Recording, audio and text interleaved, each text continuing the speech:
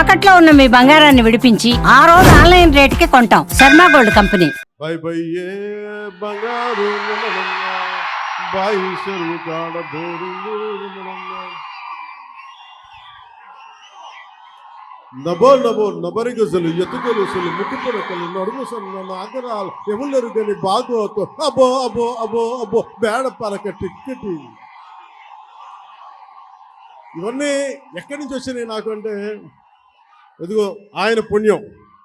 ఉత్తరాంధ్ర ఆట పాట నా గుండెల్లో నా అణువును నింపేశారు.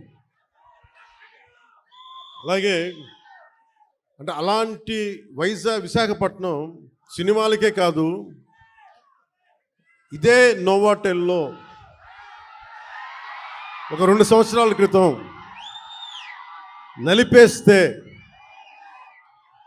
నువ్వు బయటికి రాకూడదు కారులో నుంచి కూడా అని అప్పుడున్న పోలీసు ఉన్నతాధికారులు నలిపేస్తే,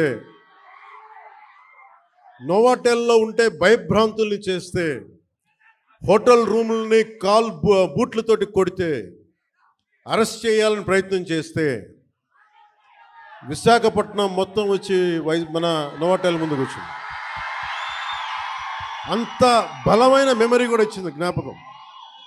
అందుకే నాకు విశాఖపట్నం, నేను అందుకని ప్రత్యేకించి విశాఖపట్నంలో ఈ ఫంక్షన్ పెట్టాలని నిర్ణయించింది. అలాగే మాట వినాలాగండి. అలాగే మీకు తెలుసు, మనకి వకీల్ సాబ్ కానీ మిగతా ఏ హీరోస్ అయినా ఈరోజు ఉప ముఖ్యమంత్రిగా అంటే కూడా మీతోటి పవన్ కళ్యాణ్ అని మీకు ఇష్టమైన హీరోగానే మాట్లాడతాను ఈరోజు. అంటే అందరి హీరోల సినిమాలకి డబ్బులు 150 రూపాయలు 200 ఇస్తే, పవన్ కళ్యాణ్ స్పెషల్ ఏంటంటే 10 రూపాయలు 15 రూపాయలు టికెట్ గత ప్రభుత్వం.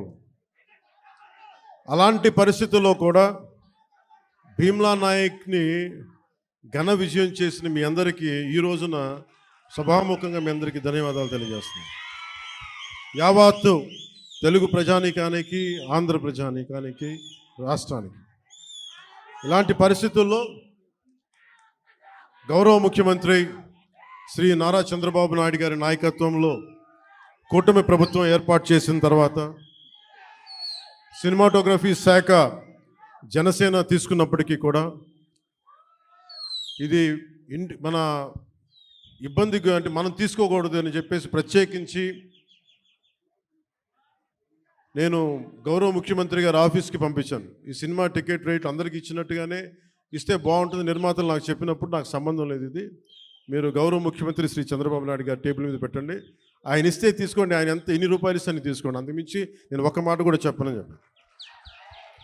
సో అలాంటి పరిస్థితుల్లో గౌరవ ముఖ్యమంత్రి గారు ఈ సినిమాకి కావాల్సిన నాకేం ప్రత్యేకంగా ఏం చేయలేదు, కానీ అందరి హీరోలకి ఎలా చేశారో చేసినందుకు ప్రత్యేకంగా వారి మనస్ఫూర్తిగా మనందరి తరపున, మన అభిమానులందరి తరపున వారికి ఒక్కసారి బలమైన కరతాళ ధ్వనులతోటి కృతజ్ఞతలు తెలియజేద్దాం. ఇందాకే వస్తూ ఉంటే మన యువ నాయకుడు, యువగళం ప్రతినిధి, 100 కిలోమీటర్లు ప్రయాణించిన నాయకుడు,